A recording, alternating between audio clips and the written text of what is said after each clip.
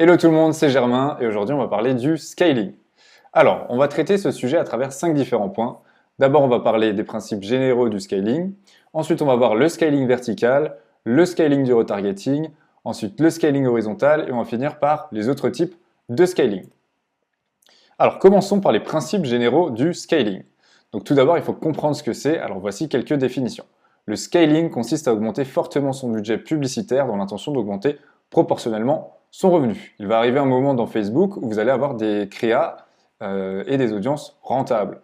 À ce moment-là, vous allez vouloir augmenter le budget sur ces créas, parce que plus vous augmentez le budget, eh bien, plus vous allez augmenter votre revenu, comme ce sont des créas rentables. Et c'est là qu'on va donc passer au scaling. Et il y a deux différents types de scaling. D'abord le scaling vertical, qui consiste à augmenter les dépenses publicitaires au sein d'un adset. Puis on a le scaling horizontal, qui consiste à trouver de nouvelles audiences à travers le ciblage de nouveaux intérêts ou l'apport de nouvelles créatives. Le scaling horizontal intervient généralement dans un second temps pour pallier la saturation des audiences scalées verticalement. Donc, en plus simple, le scaling vertical, c'est simplement quand on a une audience rentable avec des créas rentables, on va prendre le budget de l'adset et on va passer par exemple de 30 à 300 euros. Donc ça, c'est scalé verticalement, c'est juste on augmente le budget sur un adset. Le scaling horizontal, c'est un peu différent, c'est quand on va apporter de nouvelles audiences, de nouvelles personnes à cibler à travers soit l'apport de nouveaux intérêts, de nouvelles audiences, soit à travers l'apport de nouvelles créatives. Alors, un petit rappel des conditions de scaling. C'est les conditions qu'il faut avoir préalablement pour scaler. Donc ça, tout est inscrit sur l'arbre de décision. Il faut avoir validé plusieurs créatives grâce à la stratégie de testing. Et il faut avoir un ROS qui est supérieur strictement à 1,5 fois le ROS consolidé break-even. Il faut avoir 10 conversions. Dès lors qu'une de nos créatives a un ROS qui est supérieur strictement à 1,5 fois le ROS consolidé break-even et qu'elle a 10 conversions, on va pouvoir la scaler. Alors il faut avoir au préalable correctement structuré son compte, donc avec sa campagne de testing, sa campagne de retargeting, et attention à ne pas vouloir être trop cupide et à vouloir scaler trop vite. Donc le risque souvent c'est que les personnes ne vont pas attendre ces conditions, donc elles vont scaler avant d'avoir ces 10 conversions et ces conditions réunies, et généralement c'est là que le scaling ne fonctionne pas. Donc soyez patient, ça va payer. Ensuite, il faut avoir un moyen de livrer les clients rapidement et un service client professionnel. Sinon, vous allez recevoir de mauvais scores de page et vos CPM vont augmenter fortement, voire vous allez vous faire bloquer votre compte publicitaire. Parce que si vous augmentez vos dépenses et que vous pouvez scaler et que vous êtes rentable, eh bien, vous allez avoir plein de commandes. Et ces commandes, eh bien, il va falloir pouvoir les assurer parce que si vous ne livrez pas à temps vos clients, ils vont se plaindre et Facebook va vous bloquer votre compte. Donc, au final, vous n'aurez rien gagné. Donc, c'est pour ça qu'il faut s'assurer de ceci. Alors, deuxième élément sur les principes généraux du scaling. Alors, toute modification de la campagne, des ensembles de publicités ou des publicités va relancer la phase d'apprentissage. On va donc faire les modifications uniquement si elles sont vraiment utiles. Il faut toujours analyser intelligemment avant de prendre une décision. Et pour ça, on vous invite à vous référer à l'arbre de décision. Il faut se baser sur les données et ne pas se laisser influencer par ses émotions. Donc, soit on est trop cupide, on veut scaler trop vite. Donc, comme je l'ai dit avant, on va vouloir scaler avant qu'on ait 10 conversions avec 1,5 fois le RS consolidé break-even. Donc voilà, notre ROS est supérieur à 1,5 fois notre ROS consolidé break-even. Ou alors, on va avoir trop peur et on va scaler trop lentement, ce qui va nous faire perdre des ventes. On va couper nos campagnes trop vite. Ensuite, il faut utiliser les datas de Facebook et de son site à son avantage avant de prendre des décisions. Donc il faut vraiment tout analyser, passer tout au peigne fin, comme vous l'a expliqué avec la campagne de testing. Alors parlons maintenant du scaling vertical. Donc le scaling vertical, il s'agit de la méthode de scaling à privilégier. Donc c'est celle qu'on va mettre en place en premier. On pourra ensuite compléter avec d'autres types de scaling, le scaling horizontal puis les autres types de scaling qu'expliquera Fares ensuite. Mais le scaling vertical, c'est vraiment la chose qu'on va mettre en place en premier lieu. Une fois les créas et les audiences winners trouvés dans la campagne de testing, nous allons les dupliquer dans une nouvelle campagne de scaling et augmenter le budget sur ces audiences afin de générer plus de revenus. On va vous donner plus de détails. Donc, le scaling vertical, maintenant, il se fait à travers ce qu'on appelle une CBO consolidée. Donc, c'est vraiment la méthode la plus efficace. On a fait plein de recherches, plein de testing, et c'est celle-là qui fonctionne le mieux. Lorsque les critères de scaling sont réunis, il va falloir créer une CBO consolidée afin de pouvoir scaler le budget verticalement. Alors qu'est-ce que c'est qu'une CBO consolidée? Je vous ai fait une petite mind map pour vous expliquer. Alors, on a ici notre campagne de testing en ABO. Donc ici, on a les 5 différents adsets. Et ici, on a en vert, comme expliqué, les adsets de la phase de testing pouvant être scalés selon les critères de l'arbre de décision. Donc celui-ci, celui-ci et celui-ci. Et en rouge, on a les adsets de la phase de testing ne pouvant pas être scalés selon les critères de l'arbre de décision. Donc en gros, ça veut dire que cet adset et cet adset ne sont pas rentables. On a coupé toutes les publicités. Donc cela ne nous intéresse pas pour le scaling. En revanche, ces adsets ici nous intéressent pour le scaling. Pourquoi? Parce que, ils ont eu au moins, donc chacun des adsets a eu au moins une créa qui a atteint 10 conversions et dont le ROS est supérieur à 1,5 fois le ROS consolidé break-even. Donc, ils correspondent aux critères de scaling selon notre arbre de décision. Alors, une fois qu'on sait ça, ce qu'on va faire, c'est qu'on va combiner en un seul adset les adsets dont l'audience cumulée est inférieure à 10 millions. On va les stacker. Donc stacker, ça veut dire en anglais, c'est stacking, ça veut dire enchevêtrer. Donc, si l'audience de l'adset est supérieure à 10 millions, pas besoin de le combiner avec d'autres adsets, on va simplement la dupliquer en un adset simple. On va mettre 2 à 6 créas max par adset. Donc je m'explique. Ici, on regarde l'audience cumulée de ces deux adsets, 3 millions plus 4 millions. C'est inférieur à 10 millions en cumulé. Donc, on va dupliquer, on va créer en fait un adset qui va reprendre l'intérêt A plus B. Donc là, on va prendre l'intérêt qui est ciblé par cet adset, l'intérêt qui est ciblé par cet adset. On va le dupliquer en un seul adset avec un intérêt stacking, donc un intérêt combiné. Et ça va être notre adset 1 dans notre campagne de scaling. Et ensuite, on va avoir un deuxième adset qui, celui-là, ne sera pas combiné. Pourquoi? Eh bien parce que l'audience est supérieure à 10 millions. Donc, je le répète, si l'audience de l'adset est supérieure à 10 millions, pas besoin de les combiner avec d'autres adsets. On va laisser l'adset solo ici. Ensuite, notre campagne de scaling, elle sera en CBO, donc c'est-à-dire que le budget sera géré au niveau de la campagne et non au niveau des adsets. Et le budget sera de 200 € minimum ou de 10 fois l'AOV, donc 10 fois le panier moyen, c'est-à-dire que le prix que payent en moyenne les personnes lorsqu'elles achètent sur votre site web. On se retrouve donc sur notre Business Manager où je vais vous montrer un exemple concret de création d'une campagne de scaling à partir de la campagne de testing. Donc tout d'abord, si on se réfère à notre arbre de testing, on sait que dès lors qu'on va avoir 10 conversions avec un ROS supérieur à 1,5 fois le ROS consolidé break-even, on va pouvoir scaler. Donc là, moi j'ai fait mon calcul de ROS break-even en remplissant les datas au quotidien et je sais que mon ROS consolidé break-even est à 0,89. Je vais regarder donc ma campagne et je vais regarder si j'ai pas une pub qui correspond à ces critères. Donc là, tous les autres assets, je les ai killés parce qu'ils n'étaient pas rentables. Et là, je me rends compte que j'ai une pub qui effectivement a 10 achats et 1,71 de ROS. Donc on est à plus de 1,5 fois le ROS consolidé break-even. Le ROS consolidé break-even fois 1,5, ça fait 1,33. Là, on est à 71. Donc, on va pouvoir scaler. Très bonne nouvelle. Et justement, je vais vous montrer comment procéder. On va aller au niveau de l'ensemble de publicités et on va pouvoir le dupliquer. On va le dupliquer dans une nouvelle campagne qu'on va appeler Scaling CBO.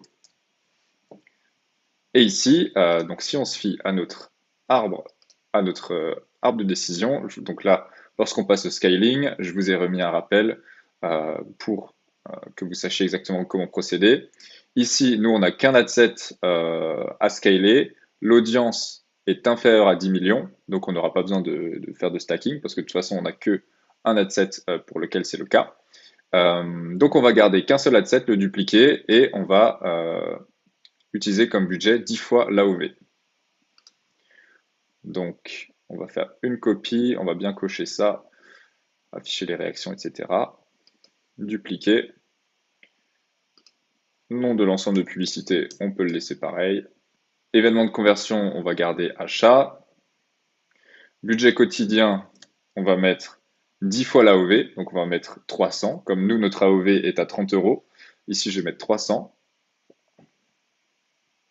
Début, on va mettre au lendemain à minuit 01.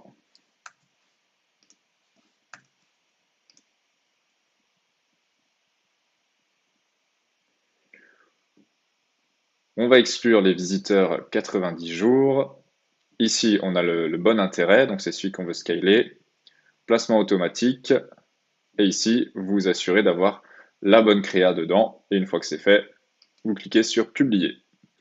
Et donc, on a notre campagne de scaling qui est enfin paramétrée avec un seul ensemble de publicités, donc celui qu'on sait qui est rentable, selon les critères de l'arbre de décision, et au sein duquel on va avoir les 4 publicités, mais par défaut, eh bien, seule celle qui était encore active dans la publicité qu'on a dupliquée, enfin dans l'ensemble de publicités qu'on a dupliquées, est active, donc c'est bon, vous avez uniquement la publicité qui est rentable, qui va être mise en avant. Et donc c'est bon, votre campagne de scaling est publiée, vous allez pouvoir générer plus d'argent grâce au scaling désormais. Et là, je vais vous expliquer, une fois que votre campagne de scaling est créée, comment vous allez pouvoir modifier le budget au quotidien. Alors, maintenant, voyons voir comment optimiser le budget de sa campagne de scaling. Donc, si votre ROS est supérieur strictement à 1,5 fois le ROS consolidé, lorsque vous êtes dans votre campagne de scaling, eh bien, vous allez pouvoir augmenter le budget de votre campagne de 30% tous les 2 à 3 jours. Si le ROS est supérieur strictement à 2 fois le ROS consolidé, vous allez pouvoir augmenter le budget de 100% tous les 2 à 3 jours. Si la campagne est plus rentable après l'augmentation du budget après 24 heures, il va falloir couper les créatives inefficaces et laisser tourner 24 heures de plus. Si la campagne n'est toujours pas rentable après 48 heures, on va repasser au budget précédent. Si après 24 heures la campagne n'est pas rentable après être repassée au budget précédent, vous allez couper la campagne et retourner à la phase de testing dans la campagne prévue à cet effet. Vos créatives et potentiellement votre site ne sont pas assez bons pour le scaling. Alors, pour que vous passiez la phase du scaling, il va falloir améliorer le tunnel publicitaire. Donc ça, on vous met le lien sous la vidéo. C'est la mind map où on vous a mis tous les KPIs et leurs différentes significations et comment les améliorer. Ou alors, vous pouvez appliquer les conseils de la vidéo sur les créatives et appliquer les conseils des vidéos de la semaine 3 sur l'optimisation du site. Ensuite, parlons du scaling du retargeting. Alors, déjà, il faut savoir que le retargeting doit être mis en place dès 500 € de dépenses publicitaires. Une fois que vous avez dépensé 500 € de dépenses, il va falloir créer votre campagne de retargeting. Et dès lors que vous avez créé cette campagne, il faudra toujours que son budget représente 10 à 20% du budget publicitaire global. C'est-à-dire que si vous dépensez 100 € de budget par jour, eh bien, il faudra qu'il y ait 10 à 20 € qui soient décernés à votre campagne de retargeting. Si vous dépensez 1000 € par jour, eh bien, ce sera 100 à 200 € pour le retargeting. Ensuite, si la répétition sur 7 jours est en dessous de 4, il va falloir augmenter le budget. Donc, qu'est-ce que c'est la répétition? La répétition, c'est le nombre de fois en moyenne qu'une pub est vue par les personnes qu'on cible. Je vais vous montrer juste après cet indicateur dans le gestionnaire de publicité où vous pouvez le trouver. Ensuite, si la répétition sur 7 jours est au-dessus de 7, il faut remplacer les créas moins rentables par de nouvelles afin d'éviter la fatigue publicitaire. Donc, je vais vous montrer maintenant comment on voit ça dans le gestionnaire de publicité. Donc là, je vous ai pris une campagne de retargeting où ici, on va rajouter, eh bien, dans nos colonnes, ici dans personnaliser, vous pouvez rajouter la colonne répétition. Et vous voyez ici que sur les 7 derniers jours, donc je choisis ma plage de date, je regarde les 7 derniers jours, et ici je vois qu'elle est de 5,09. Donc on est dans notre fourchette entre 4 et 7, donc là on est pas mal. Donc voilà comment on voit la répétition et voilà comment on sait s'il faut qu'on augmente le budget ou s'il faut qu'on rajoute des nouvelles créas dans notre campagne de retargeting pour éviter la fatigue publicitaire. Alors parlons maintenant du scaling horizontal. Donc pour rappel, le scaling horizontal consiste à trouver de nouvelles audiences à travers le ciblage de nouveaux intérêts ou l'apport de nouvelles créatives. Le scaling horizontal, il intervient généralement dans un second temps pour pallier la saturation des audiences scalées verticalement. Donc qu'est-ce que ça veut dire ça? Ça veut dire que lorsqu'on va scaler, on va d'abord scaler verticalement et il va arriver un moment où en fait les audiences auxquelles on va montrer notre publicité, comme on va augmenter le budget publicitaire, on va montrer à de plus en plus de personnes au sein de notre audience, si bien qu'à un moment on va saturer cette audience, donc tout le monde aura vu notre publicité. À ce moment-là, pour continuer à vendre notre produit, il va falloir trouver de nouvelles audiences. Et ces nouvelles audiences, on va pouvoir les cibler de deux manières différentes. Soit on va créer de nouveaux adsets, on va cibler de nouveaux intérêts pour montrer notre pub à de nouvelles personnes, soit on va apporter de nouvelles créatives. Alors vous allez vous demander pourquoi est-ce que l'apport de nouvelles créatives, ça cible de nouvelles personnes. Mais en fait, l'algorithme Facebook, il est tellement puissant qu'il sait exactement que certaines créatives vont plus parler à certains groupes de personnes. Donc si par exemple, avant, vous aviez une créative où vous vendiez par exemple un produit anticellulite et vous adressiez à des jeunes de 18 à 25 ans à travers votre créative, eh bien Facebook le montrait uniquement à ces personnes-là. Si maintenant vous créez une nouvelle créative où vous adressez par exemple plutôt aux mères qui viennent d'accoucher et qui du coup ont pris plus de cellulite, eh bien Facebook va prendre ces personnes-là et va les cibler avec cette nouvelle créative. Donc apporter une nouvelle créative, en fait, ça va permettre de cibler de nouvelles audiences. Et justement, ça va nous permettre eh bien, de cibler des personnes en plus lorsqu'on a scalé verticalement nos audiences et qu'elles sont désormais saturées. Alors, le processus de scaling horizontal concernant les créatives. Donc là, je vais vous expliquer comment scaler horizontalement avec des créatives. Après, on va voir comment scaler horizontalement avec des audiences. Alors, la phase de testing de créatives n'est jamais terminée. Afin de pouvoir continuer à scaler, il est primordial de continuer à créer et valider de nouvelles créatives avec de nouveaux angles marketing, comme l'exemple que je viens de vous donner avec, par exemple, l'angle marketing des mamans qui viennent d'accoucher pour les produits anti-cellulite. Vous devez continuer à tester 2 à 3 nouvelles créatives par semaine dans votre campagne de testing. C'est la clé de la pérennité de votre business et de la réussite de vos campagnes sur long terme.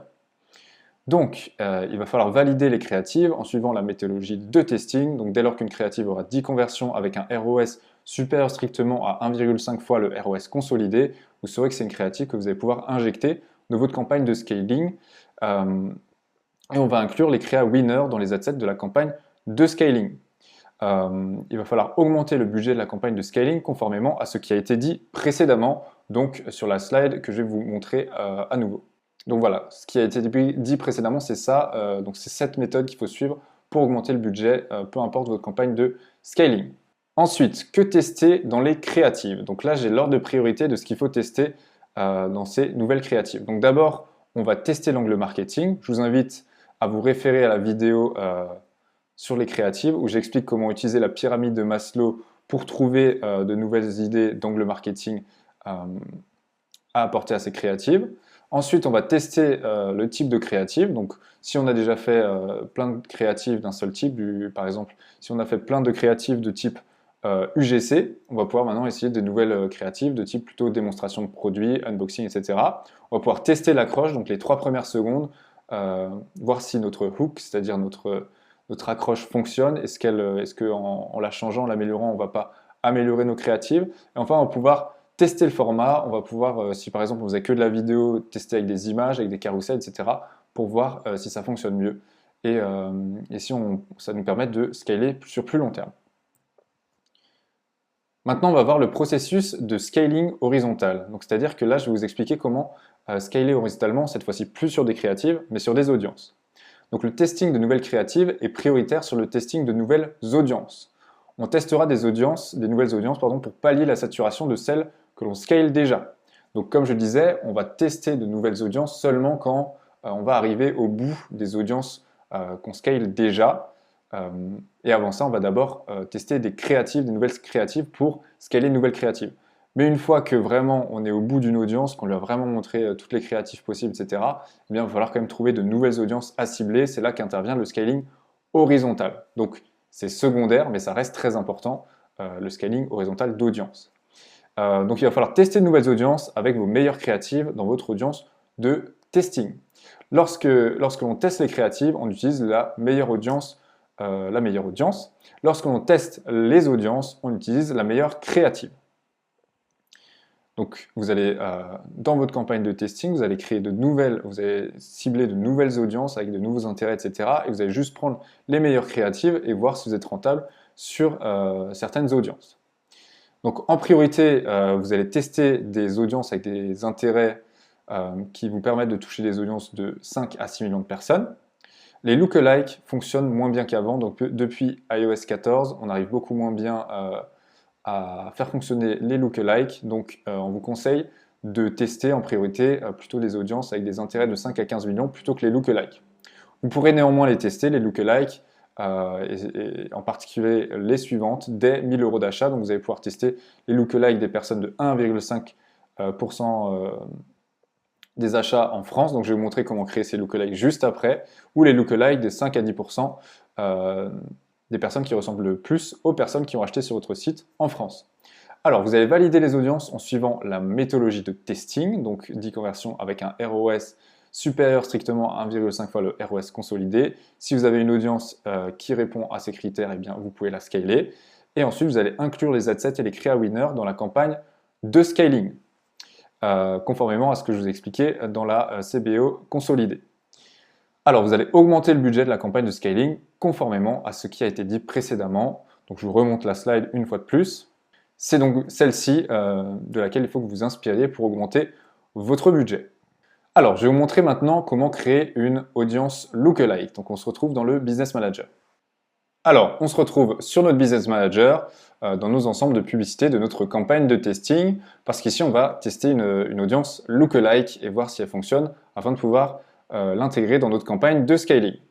Alors, pour créer une audience lookalike, on va déjà créer un nouvel ad set qu'on va appeler lookalike 1 à 5% achat France. Donc là, ce qu'on va faire, c'est qu'on va créer une audience lookalike des 1 à 5% des personnes en France qui ressemblent le plus à celles qui ont acheté sur notre site. Je vais vous montrer comment créer ceci.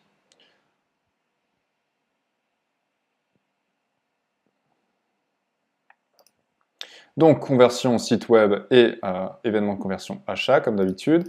Ici, le budget quotidien, vous allez mettre 30 euros, parce que ici, nous, on va mettre 30 euros parce que c'est notre AOV. Ici, vous allez mettre l'AOV. Ensuite, vous lancez le lendemain à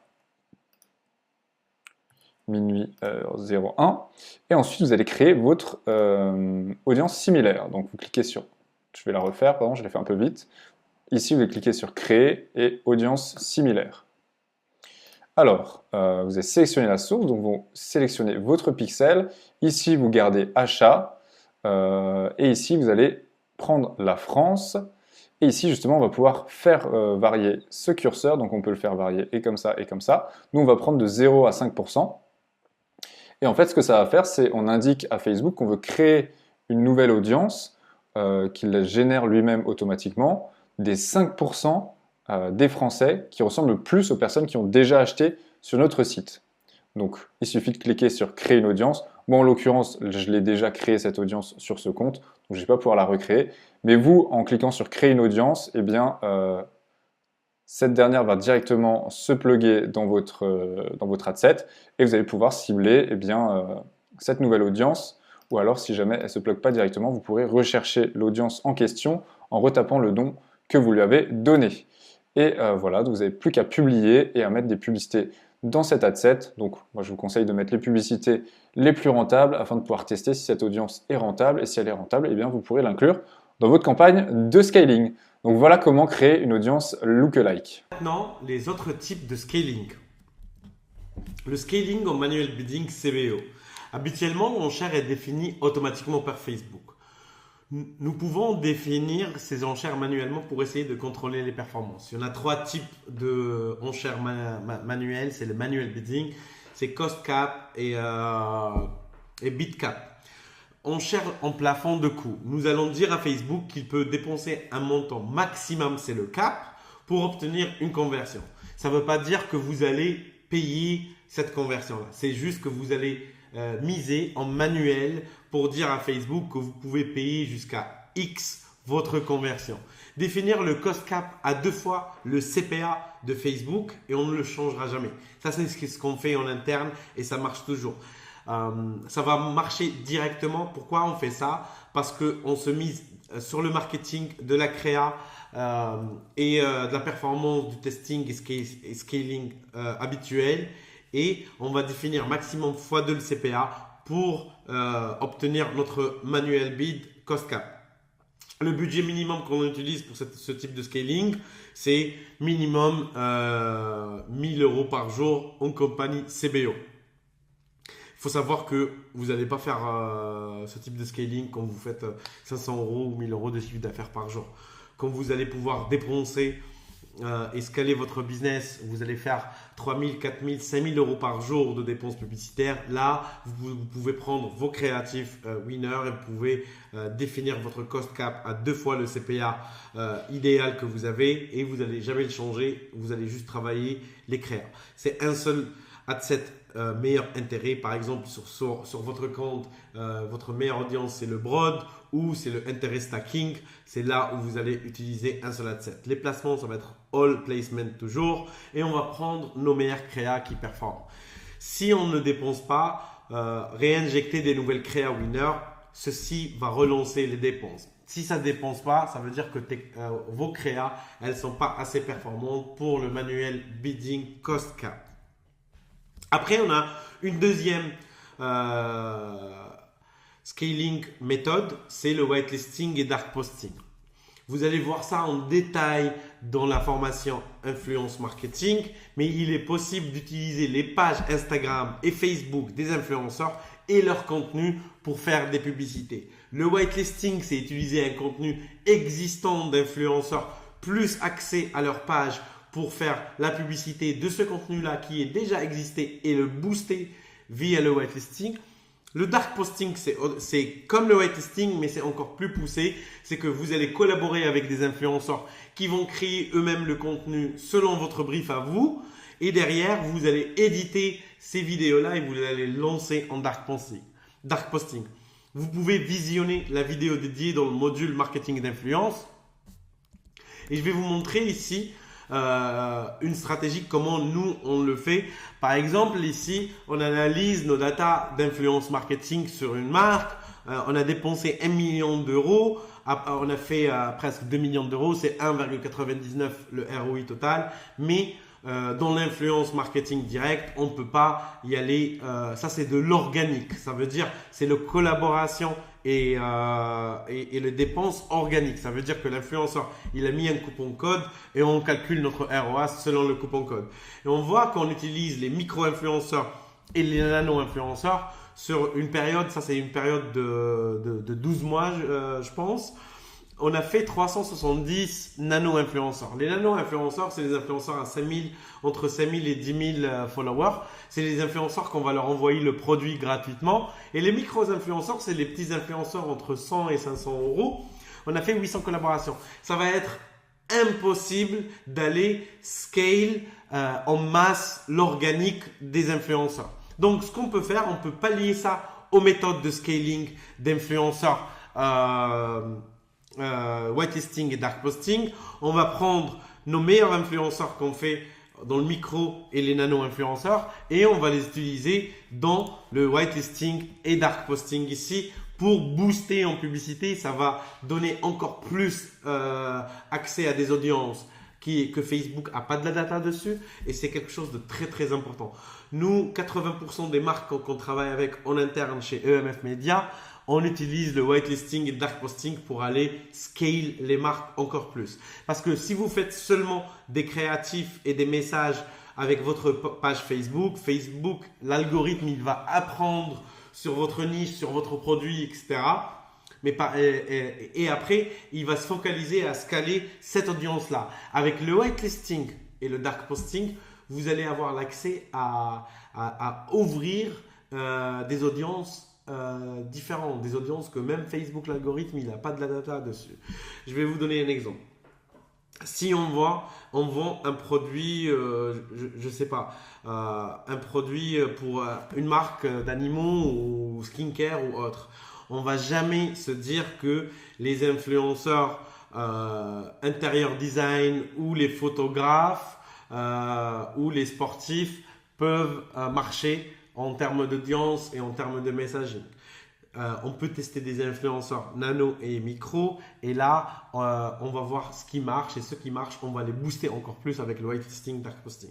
Grosso modo, il y a tout un module dédié à ça dans le module marketing d'influence. Je vous conseille de regarder les vidéos pour cette partie de scaling quand vous arrivez au type de scaling. Troisième type de scaling, c'est intéressant d'aller ouvrir notre audience, c'est scaler en story Instagram uniquement, c'est créer des créatifs spécifiques pour les stories et c'est un format 9-16 Et la durée, c'est entre 6 et 15 secondes et 45 secondes avec l'option carousel sur Instagram. Et on va voir une démonstration. Là, on va voir une démonstration comment créer une campagne de scaling avec Story Ads seulement. Donc ici, on crée une campagne et dans notre ad set, ici j'ai nommé Story Ads Only, c'est seulement Story Ads. Là, dans les placements, ici, on va faire placement manuel et on va désélectionner tout. Voilà, on laisse que Story et Reels. Voilà. Donc là, on va enlever tout. Et là, on a seulement Story Instagram, Reels Facebook. Je laisse ça. Et dans la partie créa, quand on va y aller créer notre créa ici, on va choisir ici créer une publicité vidéo image et là j'enlève ça et je vais ajouter une vidéo, voilà, et je vais choisir cette vidéo par exemple et là automatiquement ça va être une story Instagram seulement. Et vous pouvez faire aussi des carousels, par exemple là j'ai juste une seule vidéo, mais on peut créer carousel en moins de vidéos. Carousel sur Instagram Story, et vous pouvez créer ici plusieurs vidéos ou images. Voilà, par exemple, je choisis ici et je mets mes photos et vidéos. C'est ultra simple.